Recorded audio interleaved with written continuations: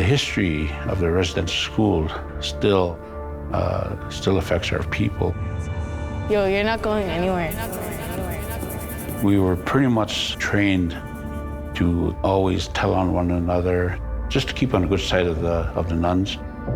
We would try to bully, intimidate one another.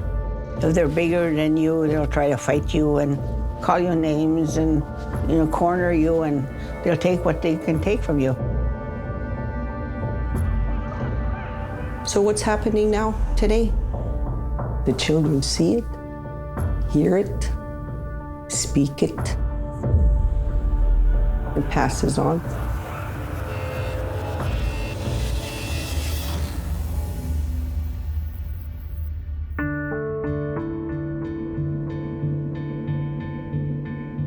I have to share when I was an angry person. Well, yeah, I sat at my table and gossiped. I sat at my table and judged. I sat at my table and talked about other people and what life they lived. I'm guilty of that. When I hear a thing, I'll just laugh for a while, and then I start thinking about it. What am I doing? Especially my younger family members, right? Whether it's my nephews and that, and I say, listen, don't do that. Our kids are little tape recorders that are going to record word for word, so we have to be careful.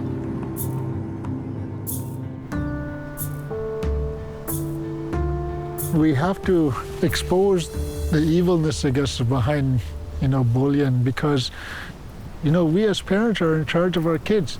It's right at the home, that's where it's developing from.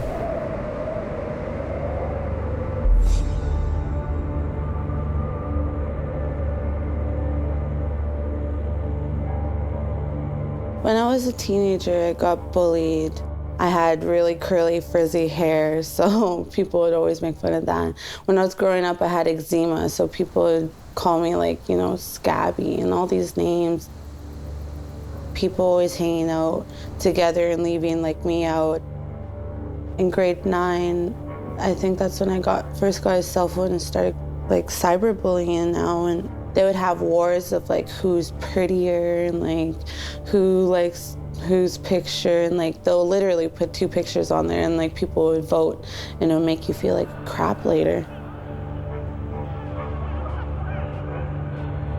I think for our children, they act out because what's going on in their home? They're angry.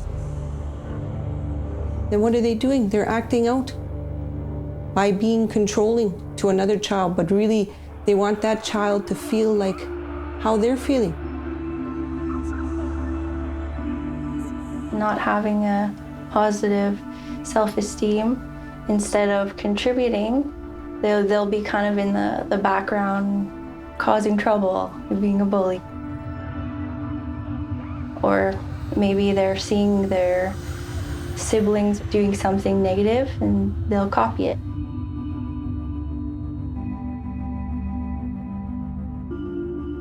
At first, I felt like the people who were attacking me needed revenge, and they should get revenge back too for hurting me. So that just made me mean to everybody. I didn't want to talk to anyone, and if somebody talked to me, I would just be rude to them. I wouldn't know how to respond properly.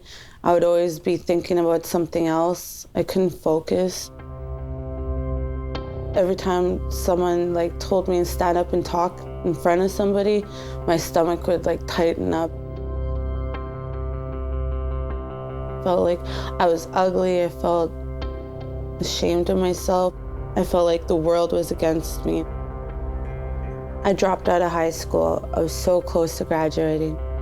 So I started getting into heavily drinking and, smoking weed. Because I was like, this is my life, whatever. Who cares? Nobody cares about me. I just wanted to give up. I didn't know what to do. I felt like killing myself. We don't know where that person's at in that point of time when I'm going to verbally abuse him or her. It could be that little nudge that they're going to need to push them off the edge to hurt themselves. So we have to be mindful of one another. We may know each other, but we don't know each other.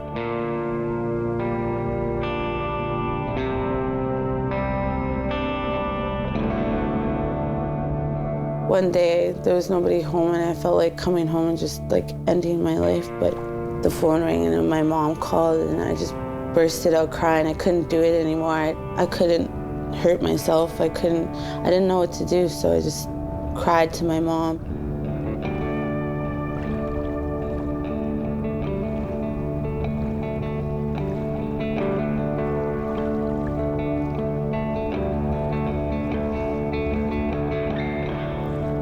It took a lot out of me to even like trust anyone and talk about how I felt, but I did it, and I started talking to my sisters, my family, anyone that I trusted. The fact remains that we cannot continue to stay quiet. However you treat people, if you treat them nice, nice things will happen to you. If you treat them bad, bad things will happen to you. Either way, it's going to come to you. It takes a whole community to raise a child. It's so true.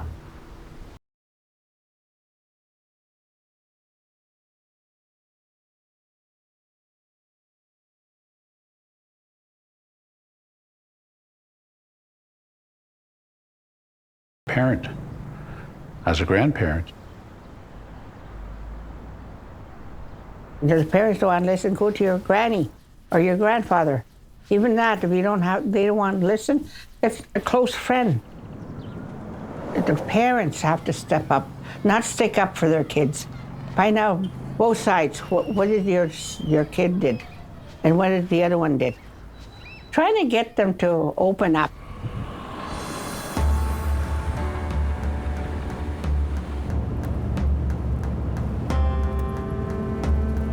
If nobody knows about it, nobody can do anything about it. In smaller communities like this, lots of times if it's something that hasn't developed into a situation where it's become criminal in nature or where it hasn't become serious enough that it needs to be taken before the courts, we'll try and intervene and deal with the people and the parties involved directly. If we know about it, we'll try and offer support for the victim and help them work with strategies that will help them deal with the bullying and help them move on from it. We'll also work with the bully and try and make sure that they're provided resources so we can address whatever issues are causing the bullying. You have to make it a point to get out and get into the schools and get involved in the community organizations so you get to know everybody.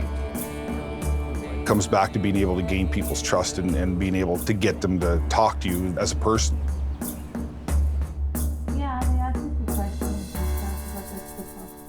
I started to talk to my mom, and she started to talk about me. We started praying together, and she taught me the Creator gave me a life, so I should live it. It's not to get taken away by yourself. I started writing my feelings down. After that, I started going to the gym. I really was determined on getting a fit body. It makes you feel good about yourself. It makes you feel positive. You could feel those positive vibes going through your body and, you know, the negative leaving.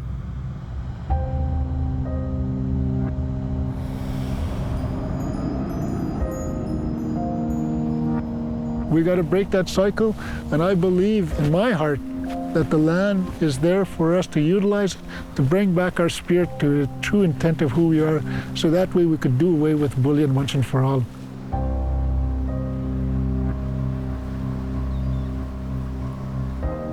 KISEWATISIWIN is caring. Show your kindness and show your respect to people and caring for people. I didn't want to blame the residential school for the rest of my life. I had to change me. I couldn't change the world. People need to recognize that they have the power to change in order to be a better role model for their community, for their families, for their kids, grandchildren. Stay at home, you gotta treat your family with respect and kindness. Teach your nephews that, your nieces and stuff. When they go out in the world themselves, they could vibe that off too. Show compassion, help, support, especially the high school students and junior high students. These young ones are looking up to you. You need to set that example. I went to school, I finished it. Now I graduated with my grade 12 diploma and I'm so proud of myself. I started working at the school as a teacher's assistant, so I have a good relationship with a lot of youth here. Like, me and my friends would like get mad, and it would be like, not through Facebook, but it would be like over Bebo, and yeah. Just the other day, I got a text from one of my friends, she's younger, saying that she doesn't want to be on this earth anymore because she seems like life's too hard. You gotta look at yourself every day in the mirror and tell yourself you're worth it, you're beautiful, and you're gonna make it somewhere. And I talked and texted with her for over 3 hours, and finally she felt better.